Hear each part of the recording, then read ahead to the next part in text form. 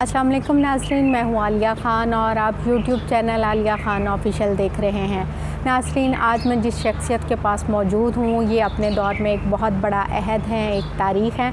आज हम इनसे जानेंगे इनकी ज़िंदगी के अहवाल और इनसे देखेंगे कि इन्होंने अपनी ज़िंदगी में किस तरह से नशेब व फ़राज़ देखे और सबसे बड़ी बात यह कि इतनी बड़ी शख्सियत हैं और इन्हीं से इनकी ज़िंदगी के बारे में पूछते हैं। जी अस्सलाम वालेकुम मैम। वालेकुम अस्सलाम। मैम, सबसे पहले आपका बहुत शुक्रिया, आपने मेरे चैनल के लिए वक्त निकाला। मैम, थोड़ा सा अपनी इब्तदाई ज़िंदगी के बारे में बताइएगा। लाहौर में ही मेरी पैदाइश हुई जी। और कलम कबीले के साथ ताल्लुक़ था। मेरे वालिद जो थे वो किताबों के मुसन्निफ़ भी थे और पब्लिशर भी थे। चेयरमैन थे फ़िरोज़ सन्स प्रिंटर्स पब्लिशर्स, जिनका बहुत बड़ा शोरूम था माल रोड पे। जी। और ये शोरूम हमें मिला जिस वक्त पाकिस्तान का क़याम हुआ, तो जे रे एंड सन्स एक अंग्रेज़ों की कंपनी थी। वो इसमें से जब खाली हुए तो मेरे वालिद ने ये जगह ली। तो यहाँ बहुत बड़ा लाहौर का सबसे मशहूर कुतुब खाना था जहाँ सब लोग आते थे। एक तो हाई कोर्ट एक तरफ, दूसरी तरफ चेयरिंग क्रॉस था और उसके साथ असेंबली चेंबर, आगे होटल वगैरह। तो स्कूल भी नज़दीक थे, बहुत लोग आते थे। जी। बस वहाँ कई साल तो वो चला, लेकिन अब वो ख़त्म हो गया।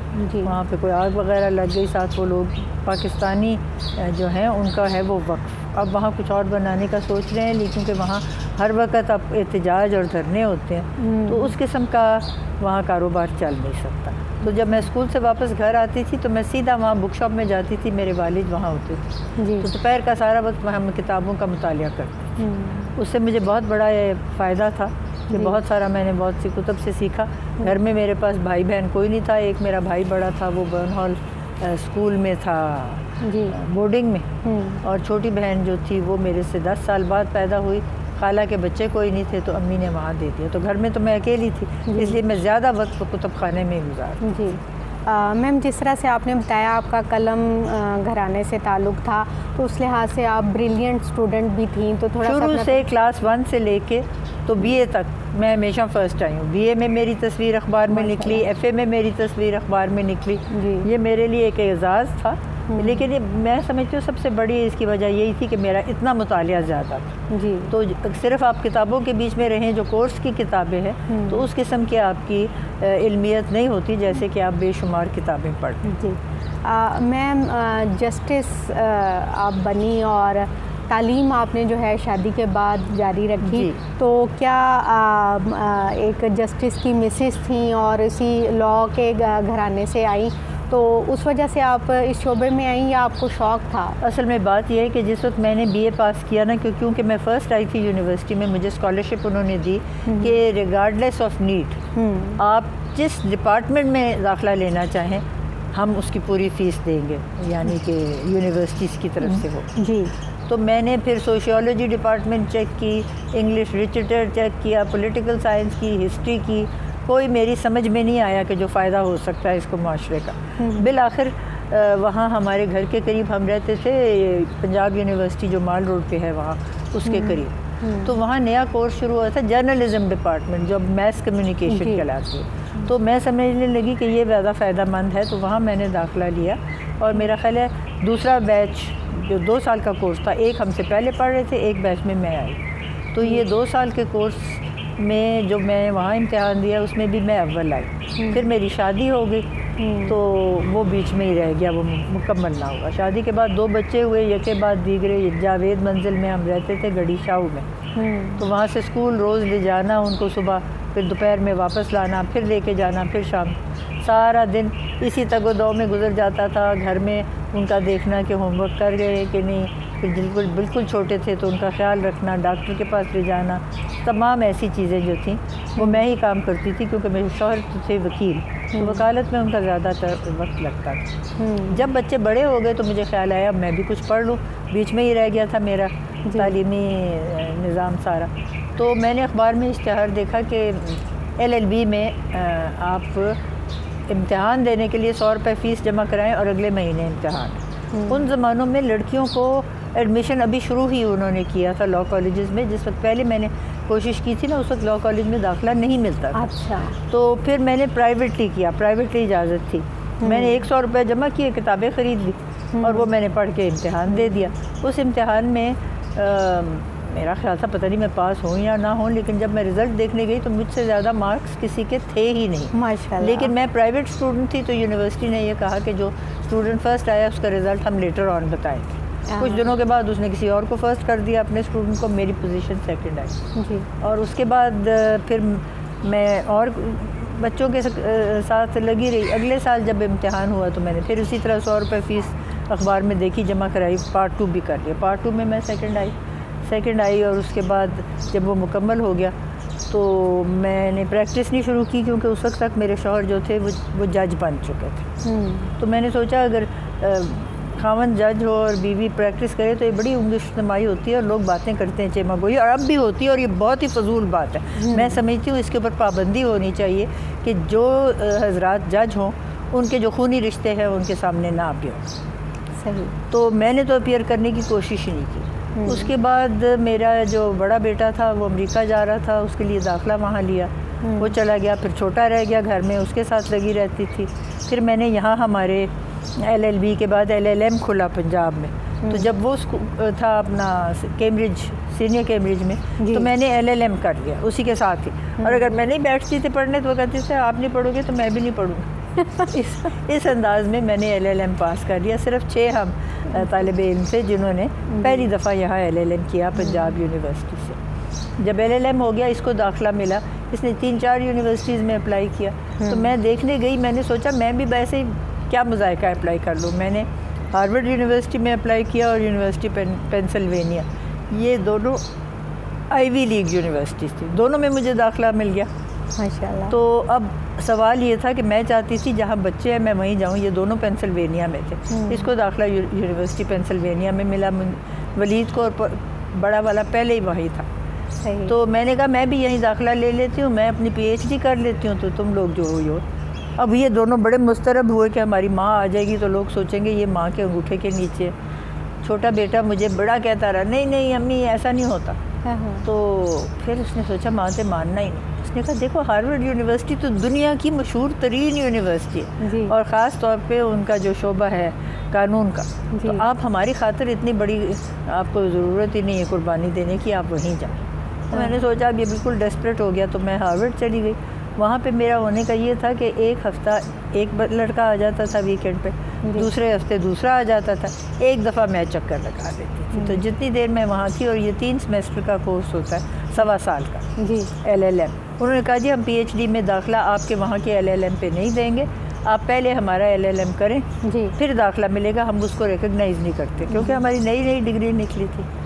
तो वो मैंने जो था, अब शौहर मेरे पीछे घर में थे, तो मैंने ये किया कि 3 सेमेस्टर जो होते हैं ना, मैंने 2/3 काम पहले सेमेस्टर में ही ख़त्म कर दिया। फिर मैंने उनसे इजाज़त मांगी, मैंने कहा घर में मेरी बहुत सारी ज़िम्मेदारियां हैं, आप मुझे ये विंटर सेमेस्टर जो है ये घर जाने दें। जो भी मैंने रिसर्च करनी है LLM पेपर के लिए वो मैं वहीं कर लूँगी। न्यूक्लियर नॉन प्रोलिफरेशन ट्रीटी के ऊपर मैंने किया हुआ था। तो उन्होंने इजाज़त दे दी क्योंकि बहुत सारे तो मैं अपनी ग्रेड्स ले चुकी थी। फिर यहाँ मैं घर आके रही विंटर सेमेस्टर। बच्चे जो थे वो मेरी खाला के पास चले गए सर्दियों की छुट्टियों में। तो ये था कि दोनों जगह बट के कुछ ना कुछ हमारा काम चल गया। तो जो आखिरी सेमेस्टर था वो फिर मैंने जाके वहाँ किया और बच्चे भी वहीं थे। फिर वो जब मेरा मुकम्मल हो गया फिर मैं जाके दोनों के पास थोड़ी देर रही ताकि इनके साथ भी कोई वक्त गुजरे, और फिर मैं वापस आ गई। जब मैं वापस आ गई तो अभी भी मेरे शौहर थे, उस वक्त चीफ़ जस्टिस थे, तो मैंने कोई प्रैक्टिस नहीं करने की कोशिश की। मैंने बस ये था कि इंटरनेशनल वीमेंस क्लब था, अप्पा थी, औरत फाउंडेशन थी, और पाकिस्तान विमेन लॉ एसोसिएशन थी, इनकी मैं बन गई ऑनरी एडवाइज़र। और इनके औरतों को जो भी किसी को मशवरा चाहता होता था या कोई गरीब गुरबा के लिए कुछ ना कुछ उनको मशवरे दे देती थी। अदालतों में मैंने बिल्कुल जाने की कोशिश ही नहीं की। तो उतने इस्ना में मेरे शौहर रिटायर हो गए मेरे आने के वापस बाद 1 साल। जब ये रिटायर हुए 1987 में, फिर मैंने कानून का अपना सिलसिला शुरू किया, मतलब अदालतों में जाके दाखिल होना। और उस वक्त तो मुझे कोई जानता नहीं था, ना मेरे शौहर की तरफ से मैंने कोई किसी किस्म का फ़ायदा उठाने की कोशिश की थी। तो नतीजा ये हुआ कि मैं स्टेट केसेस करती थी, जहाँ 100 रुपये फ़ीस एक केस की मिलती थी। अब तो आपको पता करोड़ों में वकील लेते तो हैं। बहुत ज़्यादा हुआ। तो उस तरह मुझे कुछ तजुर्बा हो गया। और फिर मैं ये करती थी कि जब मैं केस तैयार करती थी पहले तो मैं पूछ लेती थी ना, जो जेल में होते हैं लोग, उनका ये होता है केस कि भाई क्या केस है, सारा मैं केस समझ लूँ। फिर मैं उर्दू में बहस करती थी ताकि उनको समझ भी आए कि ये वकील क्या क्या रहा। एक फरीक ने हारना है, एक ने जीतना। जो हार जाता है वो कहते हैं जी जज मिल गया, वकील मिल गया, फलाना मिल गया। तो बात ये, जब उर्दू में आप बात करें, आपने सारा उनका मुद्दा बयान कर दिया, तो फिर तो कोई कुछ नहीं कह सकता। नतीजा ये हुआ कि थोड़े अरसे में मेरी शोहरत हो गई, लोग आना शुरू हो गए खुद से। फिर मेरे पास चेम्बर कोई नहीं था। फिर मैंने 2-3 जो थे केस, उनकी फ़ीस जो थी जो मुझे मिली प्राइवेट, उससे मैंने एक चेम्बर किराए पे लिया, उसमें एसी वगैरह फर्नीचर रखा। उसके बाद थोड़ा सा और चला, फिर मैंने अपना ख़रीद लिया चेम्बर। और ये मेरा ख्याल है सारा 4-5 साल में हो गया। उस वक्त हम 2 या 3 ख़वातीन होती थी अदालत में। आसमा जहांगीर होती थी और उसकी बहन हिना कभी कभी आती थी, और 2 या 3 और वकला थी जो ज़्यादातर स्टेट का ही काम करती थी, उसके अलावा कोई भी नहीं था। तो फिर ये हुआ कि बेनज़ीर का दौर आ गया, 1994 आ गया। वो कहने लगी मैंने औरतों को जज बनाना है। अब औरतों को जज बनाने के लिए उसने कोशिश की कि जहाँ जहाँ उनकी तंजीम के साथ या उनके सियासी जमात के साथ ताल्लुक़ था, उनको लेके आए। अमेरिका में भी यही तरीका होता है। तो मेरा तो किसी सियासी जमात से ताल्लुक़ नहीं था, लेकिन मेरे शौहर रिटायर हो चुके हुए थे ना, क्योंकि वो सेनेटर थे, और वो सेनेटर थे PMLN के। तो जब चीफ़ जस्टिस देते हैं ना नामों की रिकमेंडेशन, तो हमारे चीफ़ जस्टिस ने मेरा नाम दिया, और औरतों के लिए यहाँ लाहौर से तो नाम ही मेरा दिया।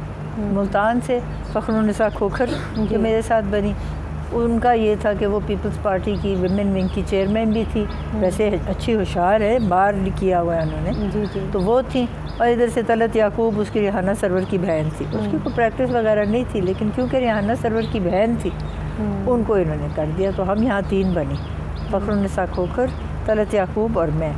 और कराची में जो थी वो माजिदा रिजवी थी, और KPK में बहुत होशियार थी, उनका जो सतनाम मेरे जहन से उतर गया। उन्होंने तो चीफ़ जस्टिस बनना था, लेकिन जब वक्त आया चीफ़ जस्टिस का बनने का, और ये मुशर्रफ जो अपने आप को इतना एनलाइटेंड और ये सब, कोई भी नहीं, सब झूठ बात है। उसने भेजा वहाँ लॉ सेक्रेटरी को कि इनको कहे कि वहाँ कोर्ट खुले हैं, जो ट्रायल हो रही है, जो लोग बोस्निया में और इन सारी जगह में क्रिमिनल ट्रायल्स हो रही है, तो वहाँ ये चली जाएँ, और वहाँ इनको 4 गुना तनख्वाह मिलेगी और पेंशन भी बहुत ज़्यादा।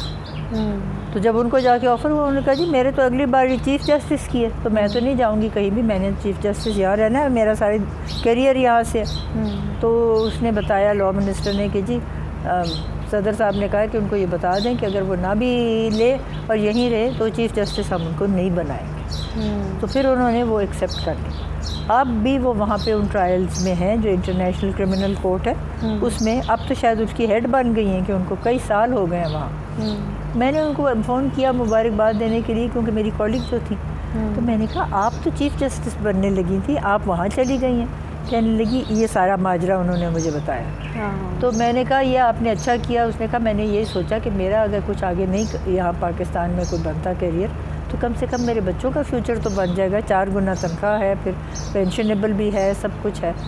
तो उनके साथ तो ये वाक़या हुआ। हमारे यहाँ भी जो था, मेरा ख्याल है फ़खरुन्निसा खोखर बन जाती चीफ़ जज, नहीं बनाया है, उनको निकाल दिया। जब रिटायर हुई है ना, फिर किस चीज़ का बना दिया, किसी और चीज़ का बना दिया। फिर उन्होंने अपनी प्रैक्टिस शुरू कर दी। तो बस इसी तरह मैं 2002 में रिटायर हुई। फिर मैंने ये लॉयर्स मूवमेंट शुरू हो गई, लॉयर्स मूवमेंट में हिस्सा लिया। लॉयर्स मूवमेंट में हिस्सा लिया तो फिर जब कामयाब हम हो गए, तो ये मुशर्रफ जैसे जो हैं बिल्कुल ही हिपोक्रेट, कहते कुछ हैं और करते कुछ हैं, इनको हमने निकाला। कानून की बालादस्ती को हमने दोबारा से कायम किया, जमहूरियत लाए। ये सब चीज़ें तो नहीं थी ना, तो हमने तो अपना पूरा कर लिया मिशन। और क्योंकि ख़वातीन में मैं आगे थी, बल्कि ज़्यादातर इनके साथ हामिद ख़ान थे और एतज़ाज़ एहसन थे और 2-4 और चीदा मर्द थे और मैं थी। तो इन्होंने कहा जी अब हमने आपको बार एसोसिएशन के लिए प्रेसिडेंट का कैंडिडेट पुट अप करना है प्रोफेशनल ग्रुप में। अभी इस साल भी वो भी जीते। तो जब उन्होंने पुट अप किया तो मैं जीत गई, क्योंकि वो हर एक को पता था कि उसमें थी मैं मूवमेंट में। तो इस तरह Lahore high court bar association की सदारत भी मुझे ये हासिल हुआ एजाज़। बस सदारत के वक्त बड़े लोग आते हैं केस लेके, क्योंकि वो समझते हैं जो सदर बार है उसकी तो हर बंदा बात सुनेगा, और ये जज भी रह चुकी है। मैंने कहा नहीं, मैंने बिल्कुल कोई केस नहीं लेना, क्योंकि ये ज़्यादती होगी। तो उस वक़्त में मैंने बिल्कुल कोई प्रैक्टिस नहीं की। फिर भूल भाल जाता है बंदा, इतना देर आप ना करे। उसके बाद मैंने छोड़ दी। तो बस आप सोचे कि 2005 के बाद तो मैं कभी अदालत गई ही नहीं। कितने साल हो गए हैं, तकरीबन 15 साल हो गए। मगर बस वो कहते हैं ना, थोड़ा सा झस रहता है। अखबारों में मैं देखती हूँ क्या हालात होते हैं। ख़वातीन के केसेस के लिए मैं उनको मशवरे देती हूँ। फिर मैं कहती हूँ आप किसी न किसी अच्छी वकील को कर लें ख़ातून को, ताकि ख़वातीन के लिए आसानी हो। मैम, जिस तरह से आपने बताया आपने काफ़ी स्ट्रगल किया और आप एक्टिव भी रही माशाल्लाह से, फिर बच्चे भी, शौहर भी, तो कितना ज़रूरी होता है एक औरत को बाहर काम करने के लिए एक हस्बैंड का कोऑपरेटिव होना, क्योंकि वो अपने दौर में एक अहद हैं बहुत बड़ा। बिल्कुल, ये मैं समझती हूँ कि जब तक शौहर का आपको ना हासिल हो, बुनियादी तौर पे उनका सपोर्ट उनकी ना हो, और उनके साथ आपकी मदद क्या, सिर्फ सपोर्ट, मदद उन्होंने कभी नहीं की। किसी केस में कभी बात ही नहीं की। कहते हैं इस तरह के केसेस मैंने तो कभी किए ही नहीं, मैं कभी पूछ भी तो ये था कि देखिए, अब जैसे मैं अमेरिका गई हूँ, वहाँ मैं 4 महीने एक दफ़ा रही, 4 महीने एक दफ़ा रही, लेकिन बीच की सेमेस्टर मैंने तब भी निकाल लिया ताकि ये घर का ये एहसास ना हो कि मैं घर में नहीं हूँ। लेकिन उन्होंने हर मंजिल पे मेरा साथ दिया, और उनका साथ देना जो था ये बहुत बड़ी बात है। मैं समझती हूँ कि जैसे कहते हैं ना कि हर कामयाब मर्द के पीछे एक औरत होती है, हर कामयाब औरत के पीछे एक मर्द होता है। और मैं यही हमेशा बच्चियों को कहती हूँ कि कोई उम्र की कैद नहीं है इल्म हासिल करने के लिए। आप जब भी चाहें, मैं आजकल PhD कर रही हूँ गवर्नमेंट कॉलेज यूनिवर्सिटी से, और गवर्नमेंट कॉलेज यूनिवर्सिटी से इसलिए कर रही हूँ कि मैंने कानून में PhD में रजिस्टर किया था जिस वक्त अभी मैं जज नहीं थी बनी। लेकिन जब रजिस्ट्रेशन हो गई, मैंने सारे अपने मुकम्मल कर लिए जो उसके थे अहदाफ, तो जज बनने के बाद मैंने कहा ये मुमकिन नहीं है कि मैं उधर PhD की तरफ तवज्जो दूँ या जज बनने की, दोनों काम नहीं हो सकते, ये कॉन्फ्लिक्ट है। तो फिर मैंने PhD छोड़ दी। फिर ये रिटायरमेंट के बाद अब मैंने आके सोचा, मेरे फिर शौहर घर पे थे, सेनेटर से रिटायर हो गए थे, तो उनको भी घर में तवज्जो की ज़रूरत थी। तो मैं बीच में कुछ साल कुछ नहीं किया। उनकी जब हो गई वफ़ात हुई, उनके विसाल के बाद मैंने फिर दाखिला लेने के लिए शुरू किया सिलसिला। तो पहले मैंने सोचा मैं अल्लामा इकबाल ओपन यूनिवर्सिटी से रजू करूँ, उन्होंने कोई जवाब नहीं दिया। फिर मैंने यहाँ पंजाब यूनिवर्सिटी में देखा, ये तो डिपार्टमेंट ही बैठ गया हुआ, जहाँ से मैंने करना शुरू किया था ना, वहाँ PhD नहीं होती। फिर मैंने इधर उधर पता किया, कराची इस्लामाबाद यूनिवर्सिटी में होता है। तो इस्लामाबाद का था कि अब मैं इस उम्र में घर छोड़ के इस्लामाबाद में जाके रहूँ, ये भी ज़रा मुश्किल था। यहाँ मैंने पता किया, ये गवर्नमेंट कॉलेज यूनिवर्सिटी में पॉलिटिकल साइंस में देते हैं, लॉ इनके पास नहीं है। तो फिर मैंने वो इक्विवेलेंट सर्टिफिकेट लिया है हायर एजुकेशन कमीशन से कि मेरे पास ये 2 MPhil की डिग्री है, एक हार्वर्ड की है, एक पंजाब यूनिवर्सिटी की है, तो मुझे इजाज़त होगी कि मैं पॉलिटिकल साइंस जो रिलेटेड फील्ड है उसमें कर लूँ। तो उन्होंने इजाज़त दे दी। आजकल मैं वहाँ PhD के शोबे में मसरूफ़ तालीम हूँ। अभी इस बुढ़ापे में आप सोचें, पता नहीं मैं कभी इसको कर भी सकूँगी मुकम्मल या नहीं, क्योंकि 3 साल लगते हैं। तो अब मेरी उम्र इतनी नहीं है कि 3 साल पता नहीं मेरी है भी ज़िंदगी या नहीं। तो मैं उनसे कह रही थी अपने बाकी सारे कॉलीग्स को कि देखिए, अब अगर मैंने इतनी मेहनत कर ली है, अगर बीच में मुझे कुछ हो जाए तो आप यूनिवर्सिटी को रेकमेंड करना कि मुझे ऑनरी डिग्री दे दें, और जो कुछ मैंने काम किया हुआ है उनको दिखाते हैं। नवाज शरीफ को उन्होंने दी है, मजीद निज़ामी को दी है, कैसे कैसे लोगों को तो ये डिग्रियाँ दे चुके हैं PhD की। तो मैंने कहा मेरी तो फिर भी कुछ ना कुछ अहलियत है।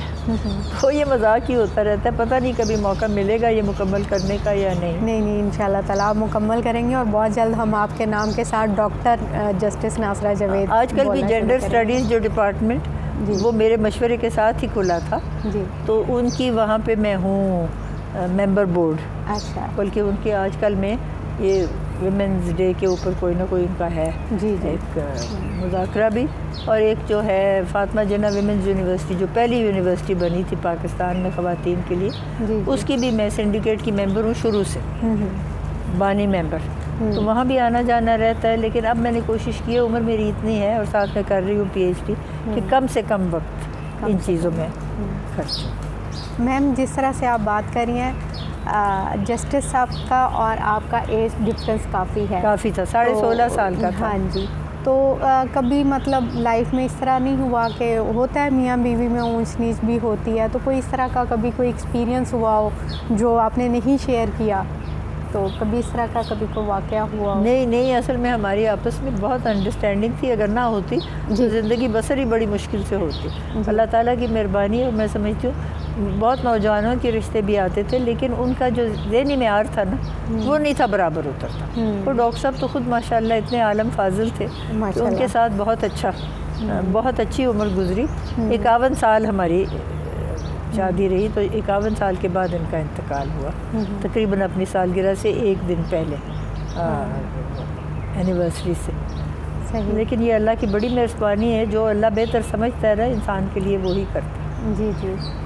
तो मैम, घर में बच्चों की सारी ज़िम्मेदारी जिस तरह से आपने बताई कि आप उठाती थी, तो बच्चों पे सख्ती पढ़ाई के हवाले से कौन करता था, आप करती थी या? मुझे ही करना पड़ता था, लेकिन वो बड़ा वाला ज़रा जो था ना, उसको सख्ती करनी पड़ती थी। छोटा जो अब सियासत में चला गया, जी जी, वो बड़ा मेहनती था। हाँ। तो उसको तो कुछ कहने की ज़रूरत नहीं पड़ती थी, लेकिन यह है कि होमवर्क में ज़रा सा अगर कोई सवाल जवाब हो तो जब तक बताए ना तो बच्चे करते नहीं। तो शुक्र है कि कर लेते थे।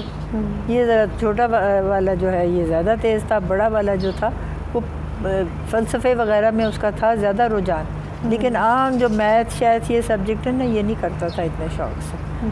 तो बाहर क्या हो भी गया उनका। सही। अब मैम, जिस तरह से आपने ख़वातीन के लिए बहुत ज़्यादा काम किया, ख़वातीन के हकूक़ के लिए बहुत काम किया, मुख्तारा माई देखिए, मुख्तारा माई के साथ जो तो वाक़या हुआ, तो मैं समझती हूँ तमाम ख़वातीन ने बड़ी मेहनत से उसका जो था मसला, उसको सारी दुनिया में उजागर किया। फिर उसने ख़ुद इतनी हिम्मत की, देखे वहाँ उसने बच्चों के लिए स्कूल भी खोला, और जो उसके मुखालिफ फरीक थे मत्सोई, जिन्होंने वो किया था उसके साथ ज़िना बिल जबर, उनके बच्चों को भी उसने पढ़ाया। और अब तो वहाँ उस सारे इलाके में, क्योंकि औरतों के ऊपर बहुत ज़्यादा होते थे इस तरह के मज़ालिब, तो कहते हैं जी कुछ भी ऐसी बात होगी हम मुख्तारा माई से बताएंगे। वो तो अपने इलाके की अब बहुत बड़ी पहचान बन गई है। और मैं समझती हूँ अल्लाह ताला ने उसको हिम्मत दी। देखिए हम लोग शहरी हैं, हमारे लिए बहुत मौक़े होते हैं। मुख्तारा माई जैसी खातून के लिए इस तरह सामने आ जाना वो बहुत बड़ी बात है। और अब देखिए वो उस दिन मोटरवे पे क्या हुआ।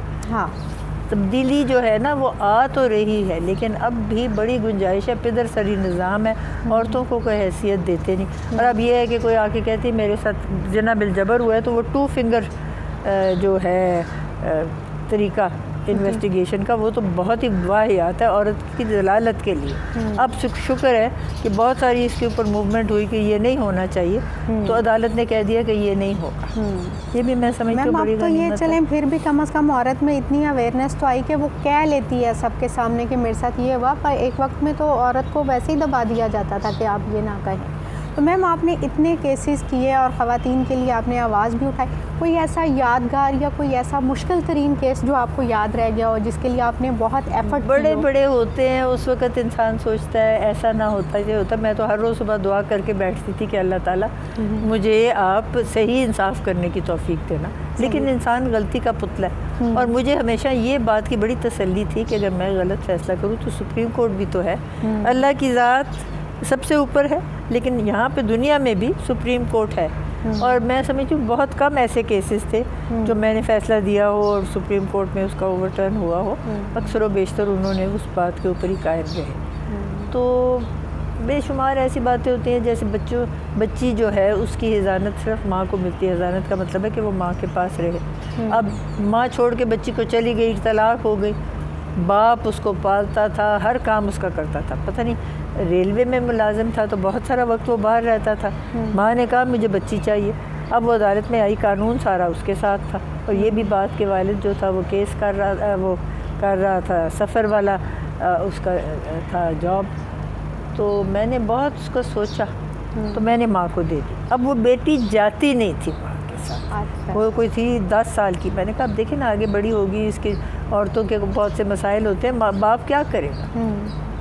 बड़ा उसको मैंने कोशिश की कि वो मान जाए, ज़बरदस्ती फिर उसको भेजना पड़ा। तो वो मुझे बड़ी तकलीफ़ हुई क्योंकि वो रोती चलाती गई तो माँ के साथ, लेकिन बड़ी वावेला करती गई।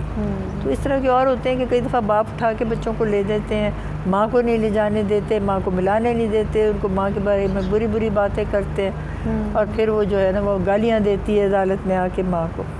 तो बस। मैम आपको क्या लगता है, अब हमारे मुल्क में कवानीन भी हैं ख़वातीन के हवाले से, तो उस पर इम्प्लीमेंट क्यों नहीं होता, कहाँ कोई कमी रह जाती है? निज़ाम में ही सारी ख़राबी है ना।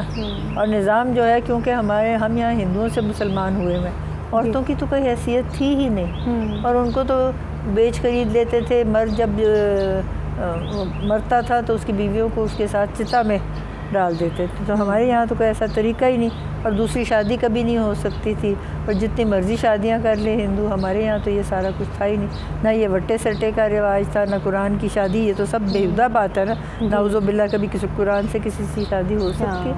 लेकिन ये मर्द करते हैं अपने आप को मुस्तहकम करने के लिए, कुरान से शादी कर दी ताकि बहन की जायदाद आप लें। क्या इसका कोई वक्त के साथ तब्दीली शायद आएगी। ये जिरगा जिस तरह मुख्तारा माई के ख़िलाफ़ फ़ैसला हुआ, ये फ़ैसले तो सरासर गलत है, और अब तो अदालतों ने कह दिया कि जिरगा जो है वो हम गैर आइनी और गैर कानूनी करार देते। लेकिन फिर भी जिरगे में होते हैं कि जब तक ज़हनियत ना बदली जाए तब तक ये नहीं हो सकता। मैम माशाल्लाह से आप एक इतने ऊंचे घराने की बहू हैं, इतनी आपकी पहचान है, तो इतना कैरियर भी है, कभी सियासत में आने का नहीं सोचा? नहीं जी, अगर सियासत में आना होता तो फिर वकालत और अदालत में ना जाती, सीधा सियासत में आ जाती।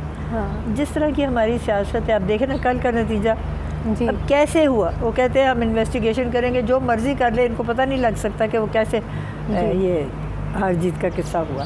अब वो कह रहा है प्राइम मिनिस्टर के मैं वोट ऑफ कॉन्फिडेंस लूँगा। हाँ जी, वो अब अल्लाह जानते, अल्लाह जाने क्या होगा। हाँ, ये जो सियासत में, और जितनी सियासत में है ना आजकल करप्शन, मैं समझती हूँ ये रास्ता जो है ना इसको साफ़ करने की ज़रूरत होगा तो ठीक है। तो आपको क्या लगता है कि सियासत को अदालत में जाना चाहिए? क्योंकि आप देखें ना सियासतदान, मैं समझती हूँ अदालत को बिल्कुल अलहदा रहना चाहिए जी, क्योंकि 3 सतून हैं रियासत के जी। एक तो है मुकन्नना जो कानून बनाती है, इंतज़ामिया जो उस पर अमल दरामद करती है, और अदलिया जो लोगों की दाद रसी करती है, या कोई मसला उनको होता है और अगर कानून गलत तौर पे बनाया गया है या उस पर अमल दरामद सही नहीं हो रहा, तो वही है जो लोगों के लिए एक रास्ता है। तो अदालत को तो इन सब चीज़ों से मुस्तस्ना होना चाहिए, उनको कभी सियासी तौर पे किसी चीज़ में मुलव्वस ही नहीं होना चाहिए। मैम आप आगे कोई किताब लिखने जा रही हैं? फ़िलहाल तो नहीं, जब तक मेरी PhD ना हो जाए, अगर अच्छा थीसिस हुआ तो छुपवा लूँगी। मैम आगे 8 मार्च आ रहा है, ख़वातीन के हवाले से आप बहुत एक्टिव हैं, तो हाँ, बड़े लोगों ने कहा है कि आप आएँ। मैंने कहा आजकल तो मैं इम्तिहानों में मसरूफ़ हूँ तो इसलिए मैं आ नहीं सकती, और साथ वैसे भी ये कोरोना की वजह से। जी जी। लेकिन फ़ोन पे राय ले लेते हैं या इस तरह आके थोड़ा सा बोल लेते हैं। तो अल्लाह ताला सब ख़वातीन, दुनिया भर में ख़वातीन जो है ना अब भी पसमानदा है। तो मैं समझती हूँ अब वो जो 3 सतून है रियासत के, चौथा सतून है मीडिया। ये मीडिया का काम है कि ख़वातीन को बाशऊर करे, और उसमें रेडियो का बहुत बड़ा हाथ है, क्योंकि जिस घर में बिजली नहीं है, TV नहीं है, वहाँ भी ये फ़ोन है, और फ़ोन में हर चीज़ आती है जी।